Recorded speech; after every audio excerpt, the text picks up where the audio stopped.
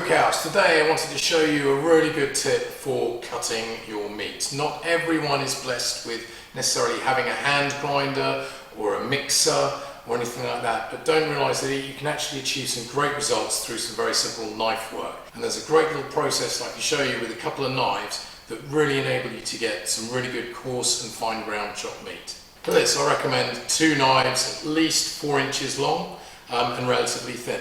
And what we're going to do is essentially cross them over, almost like a pair of scissors, and then you're going to make a drawing motion across the two. Okay, so whilst you're doing this across the meat, you'll then see how it just starts slicing this up very, very quickly, easily.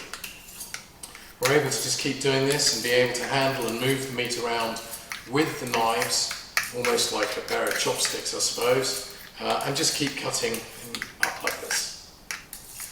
I find this is a really good process, particularly for when making salami and you're looking for a coarse grind, because you can actually control the thickness pretty well, getting yourself anywhere from a kind of a 3mm all the way up to a 6mm cut, just by chopping and moving this along.